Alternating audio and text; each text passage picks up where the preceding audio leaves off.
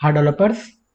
मैं हूं शुभम वर्मा और आज हम देखेंगे रिएक्ट जेएस इंटरव्यू क्वेश्चन से रिलेटेड पार्ट 20। तो आइए देखते हैं।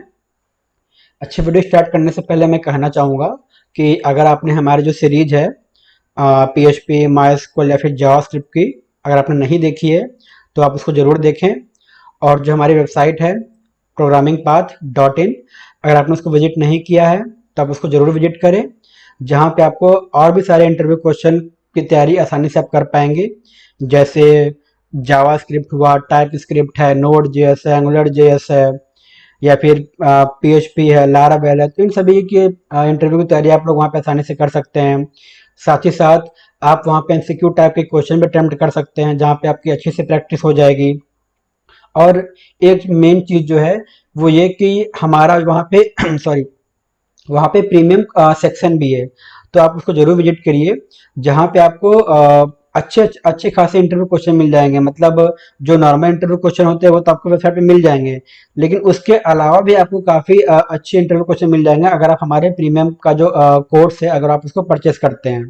ठीक, तो प्रीमियम कोर्स में आपको PHP, MySQL और जावास्क्रिप्ट के आपको फिलहाल प्रोग्राम मिल जाएंगे, और जल्दी हम लोग उसमें रिएक्ट जेएस का भी ऐड करने वाले हैं, तो आप उसको जरूर चेक करें। ठीक है।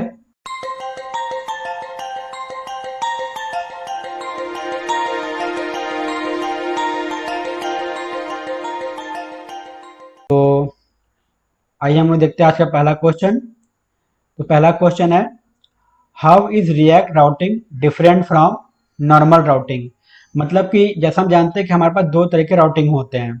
पहला होता है रिएक्ट राउटिंग और दूसरा होता है नॉर्मल राउटिंग। नॉर्मल राउटिंग मतलब वही, जैसे कि हम लोग ब्राउजर पे क्लिक कर किसी मेन्यू पे क्लिक करते हैं और हमारा पेज रिफ्रेश होता है, और उसके हिसाब से जिस मेन्यू पे हमने क्लिक किया वो पेज हमारा ओपन हो जाता है। ठीक, ये हो गया हमारा नॉर्मल राउटिंग। और रिएक्ट राउटिंग मतलब क्या होता है कि हमने किसी पेज पे क्लिक किया तो पेज रिफ्रेश नहीं होता है, बिना रिफ्रेश हुए हमको उसका आउटपुट दिख जाता है। ये होता है हमारा रिएक्ट राउटिंग। ठीक, तो अब देखते हैं कि दोनों में डिफरेंस क्या होता है। तो जो हमारा रिएक्ट राउटिंग होता है, इसमें क्या होता है कि हम मल्टीपल व्यू को शो करा सकते हैं केवल एक सिंगल फाइल में।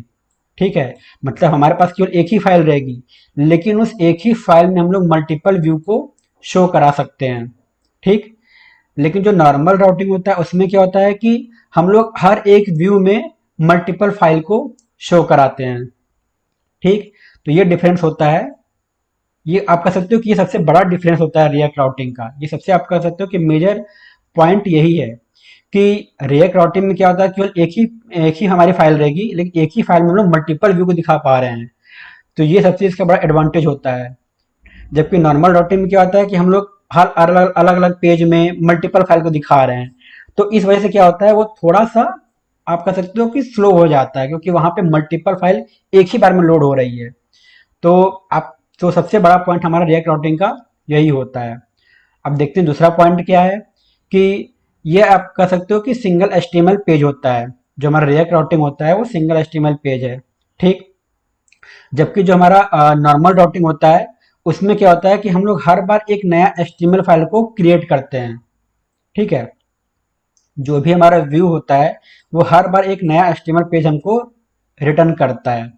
ठीक, अगला डिफरेंस क्या है कि जो हमारा रिएक्ट राउटिंग होता है उसमें परफॉर्मेंस जो होता है काफ़ी ज़्यादा इम्प्रूव्ड होता है, जबकि जो नॉर्मल राउटिंग होता है ये थोड़ा सा स्लो होता है अगर हम कंपेयर करें तो रिएक्ट राउटिंग से। ठीक, अगला डिफरेंस क्या है, जो हमारा रिएक्ट राउटिंग होता है इसमें जब भी हम लोग किसी मेन्यू पे क्लिक करते हैं तो यहाँ पे पेज जो होता है वो हमारा रिफ्रेश नहीं होता है, क्योंकि ये सिंगल फाइल है।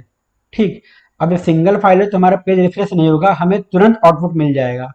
तो ये हो गया रिएक्ट राउटिंग का।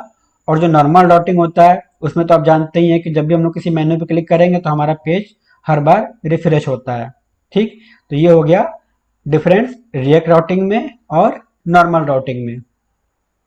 अगला क्वेश्चन है, what do you understand by single source of truth. मतलब सिंगल सोर्स ऑफ ट्रूथ एक टर्म होता है जो कि हम लोग रिएक्ट में यूज करते हैं।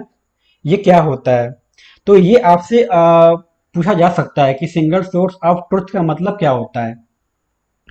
तो जैसा हम लोग जानते हैं रिडक्स में हमारा एक सेंट्रल सेंट्रल आप कह सकते हो प्लेस होता है जिसको हम लोग बोलते हैं स्टोर। स्टोर क्या होता है कि जो हमारा पूरा एप्लीकेशन है, जो हमारा पूरा रिएक्ट एप्लीकेशन है, उसका एक कोर होता है। ठीक, जो होता है हमारा स्टोर, ये पूरे एप्लीकेशन के इंफॉर्मेशन को अपने पास स्टोर करके रखता है। ठीक है, तो स्टोर क्या हुआ, जो भी हमारे कंपोनेंट है, जो भी हमारे रिएक्ट में सारे कंपोनेंट यूज हो रहे हैं, उन सारे कंपोनेंट को स्टोर जो होता है अपने पास कैप्चर करके रखता है, अपने पास स्टोर करके रखता है।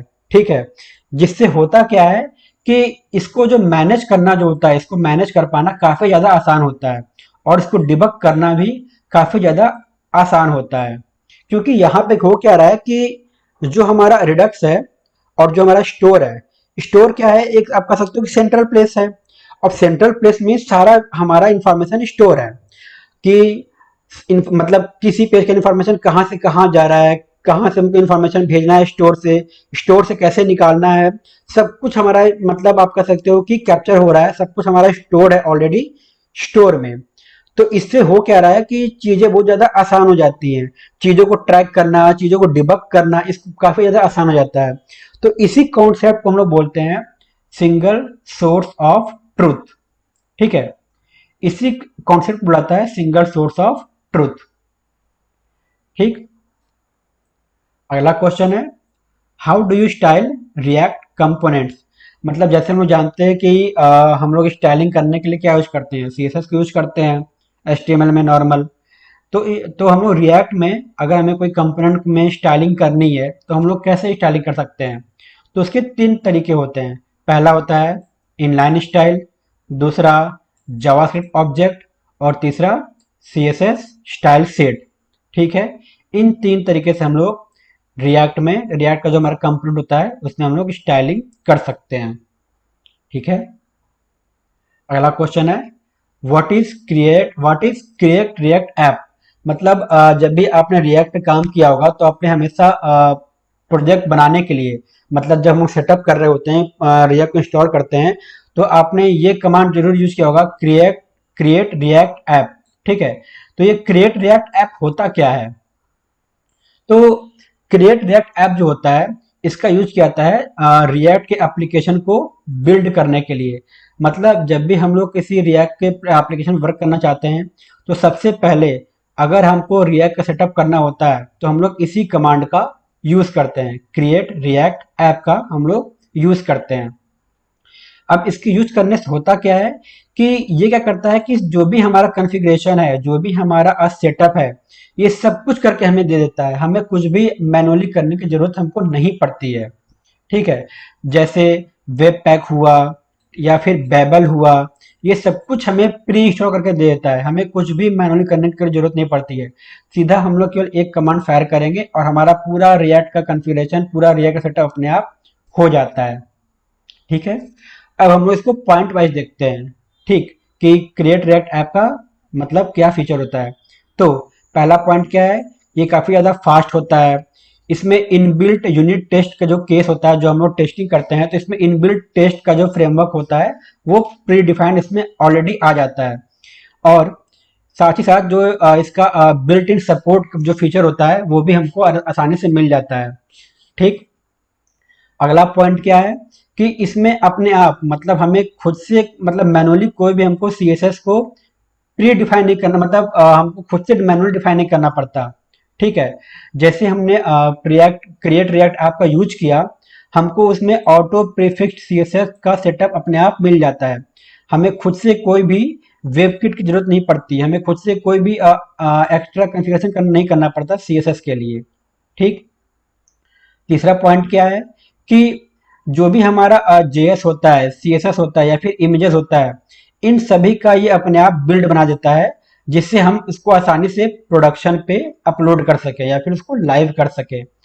मतलब हमें रिएक्ट का जब आपने काम कर लिया तो आप उसका बिल्ड बनाओगे, बिल्ड बना करके आप उसको लाइव करोगे, तो हमें कुछ भी मैनुअली करने की जरूरत नहीं पड़ती है। जो भी इसमें सीएसएस, जेएस या फिर जो भी इसमें इमेजेस है, ये इन सभी का केवल एक स्क्रिप्ट से ही बिल्ड बन जाएगा और हम लोग इसको आसानी से प्रोडक्शन पे लाइव कर सकते हैं। ठीक, जो चौथा पॉइंट है वो ये कि इसमें इनबिल्ट अपना सर्वर खुद से सेटअप कर लेता है, हमें सर्वर बनाने के लिए अलग से कोई भी कॉन्फ़िगरेशन करने की जरूरत नहीं पड़ती है। ठीक, इसमें इनबिल्ट सर्वर अपने आप बन जाता है। ठीक है। पांचवा पॉइंट क्या है कि जब भी हम लोग इस कमांड को यूज करते हैं क्रिएट रिएक्ट ऐप को, तो उसमें हम लोग को रिएक्ट, जेएसएक्स, ES6 और जो फ्लो सिंटैक्स है वो हमको सब कुछ उसमें प्री डिफाइन मिल जाता है। हमको इसके लिए भी कोई अलग से रिएक्ट एप्लीकेशन इंस्टॉल करने की जरूरत नहीं पड़ती है, या फिर हमको जेएसएक्स का कॉन्फ़िगरेशन करने की जरूरत नहीं पड़ती है, या फिर हमको ES6 का जो सेटअप होता है हमको वो भी जरूरत नहीं पड़ती करने की। हमें कुछ भी करने की जरूरत नहीं पड़ती, हमको सब कुछ उसमें प्री डिफाइन मिल जाता है। तो आप कह सकते हो कि ये पांचों पॉइंट जो है, ये पांचों पॉइंट हमको केवल एक सिंगल कमांड से ही हम लोग को मिल जाते हैं। हमें खुद से कोई भी मैनुअली कॉन्फ़िगरेशन करने की, मैनुअली सेटअप करने की कोई जरूरत नहीं पड़ती है। ठीक, इसका आपने कमांड यहाँ पे देख सकते हैं, npx create react ऐप, और जो हमारा एप्लीकेशन होगा वो आप ऐप का यहाँ पे नाम दे सकते हैं। ठीक, तो आज के लिए बस इतना ही।